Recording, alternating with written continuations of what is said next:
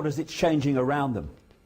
When we've got to the point of people being fined by the authorities for putting a card in their own car saying it's for sale. And when they park it in the street, they're being fined for trading in the street.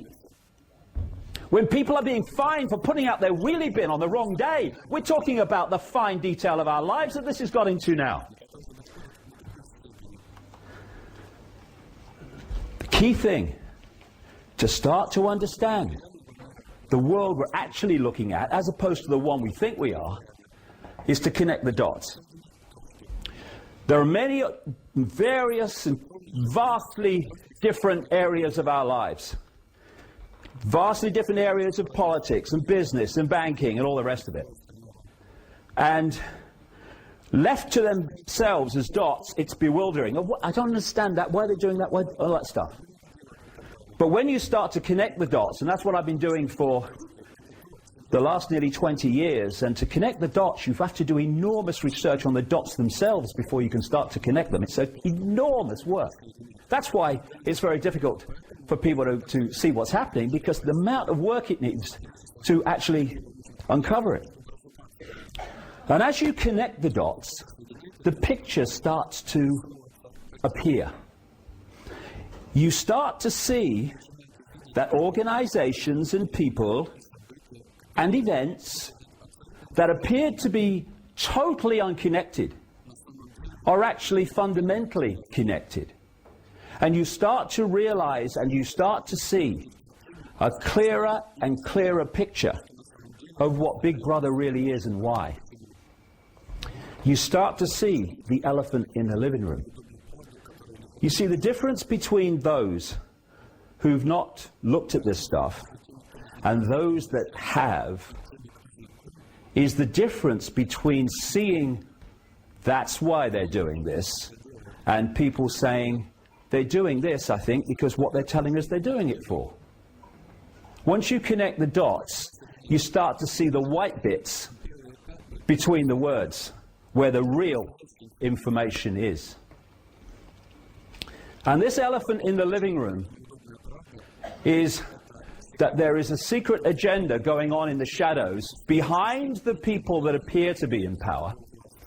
And this agenda, as I've been exposing, like I say, for nearly 2 decades, before anyone was talking about this stuff, that secret agenda is to create a global, centralized, fascist dictatorship, where they want to take the European Union, and are doing it at a rate of knots at this time, take that structure globally, and that's what you have in terms of the structure they want.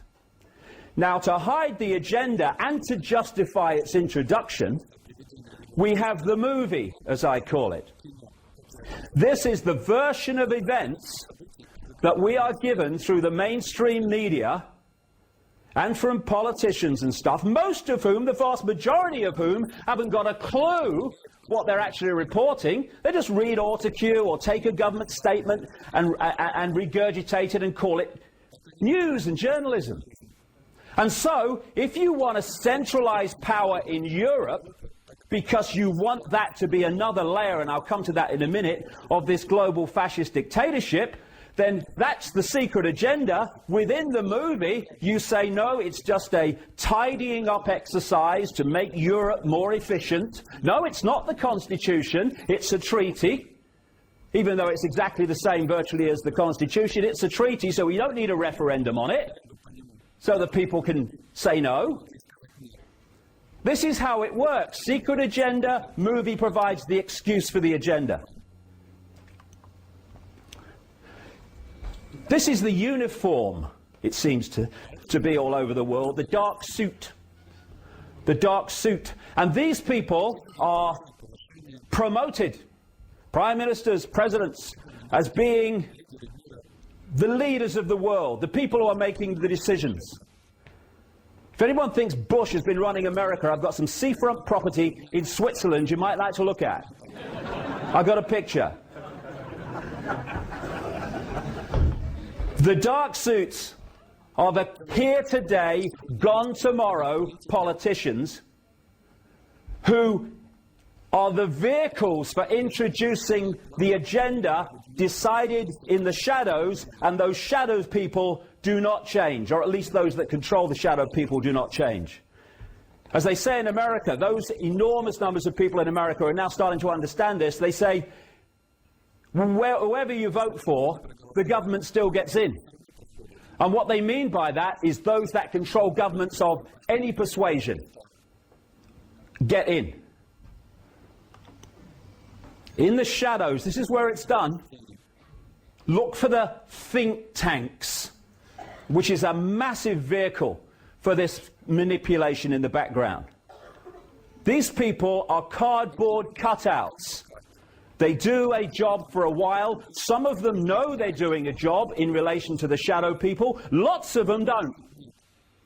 They're just manipulated to bring in certain policies by the networks around them. I mean, have you met a lot of these people? You know, not a lot of brain cell activity in some of these politicians, right? Piece of cake to use them to bring things through. What has Bush done for the last nearly 8 years? Signed things. Hasn't decided what's being signed, he's just bloody signed it. Now, because of people like me and other people all across the internet and through other means, books and stuff, and never mind that, daily experience now, it's becoming clearer and more obvious that there is an elite that is deciding the direction that this world and our lives is going. And one of those insiders on the peripheral of the inside, David Rothkopf, wrote this book recently. It's called Superclass. He is a scholar at the Carnegie Endowment for International Peace, a think tank in America that was exposed by a congressional investigation in the 50s by something called the Reese Committee. It was exposed, this international peace organization was exposed for manipulating war, particularly the First World War, and they got that from the minutes of the organization. He's also a former director of a notorious organization that's in my books right the way through, called Kissinger Associates, which was set up by Henry Kissinger along with a co-founder called Lord Carrington, you might have heard of, Foreign Secretary at the time of the Falklands War in this country, the Thatcher administration. But what he says, having, you know, fallback position, we can't keep denying it, fallback position, yes, an elite is deciding the direction of the world, but it's kind of a loose thing, and it's just kind of happening. Bullshit. It's coldly calculated if you go high enough, and I'll get into that. So, this is where the action is, behind the scenes. And it's a network of bloodlines. I can't go into this too much because of time. I want to focus on what this election's about, but just a little bit of background. There were bloodlines out of the ancient world. They were the royal bloodlines. They were considered special and all the rest of it, that came out of the ancient world, which are overwhelmingly pulling the strings within this elite.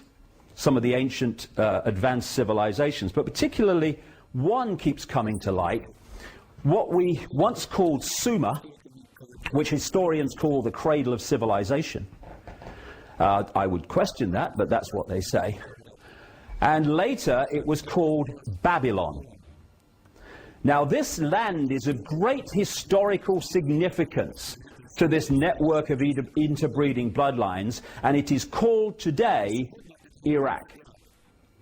Yes, the Iraq thing was about oil, but not only. Yes, it was about many things, but not only. But it was also about the historical significance of this land known as Mesopotamia, the land between two rivers, in terms of the people who were orchestrating the invasion of Iraq.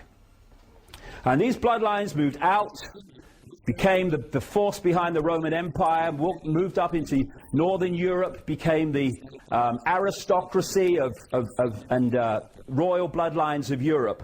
And when people started then, the people in general, started resisting this overt, in-your-face royal dictatorship, where they could see where the control was, these bloodlines started moving. Still some stayed in the official royal state, but most of them moved out of that into what I call the dark suit professions. This is why when you look at the genealogy of American presidents since Washington, which has been done by people like the Boston Historical Genealogical Society and stuff, the number of presidents that lock in to the royal and aristocratic establishment of Europe is staggering. In the land where anyone could become president. What's that? More bullshit. Thank you very much. The real expansion of this network came with what we called colonial rule, where the British Empire, what did they say? They said the sun never set on the British Empire, so big was it. But not just the British Empire, that was the prime one, mind. Also the French and others. And these bloodlines were exported all over the world as these European powers colonized the world. And then we had this sleight of hand called independence for these former colonies. Now, there's two basic types of dictatorship. There's a dictatorship you can see, touch and taste. Communism, fascism, apartheid. The people under those dictatorships know where they stand. They can see the controllers, they know they're controlled. That kind of control has a finite life because people can see what the situation is. It might take some time, but eventually the desire for freedom in the human heart will rebel against that.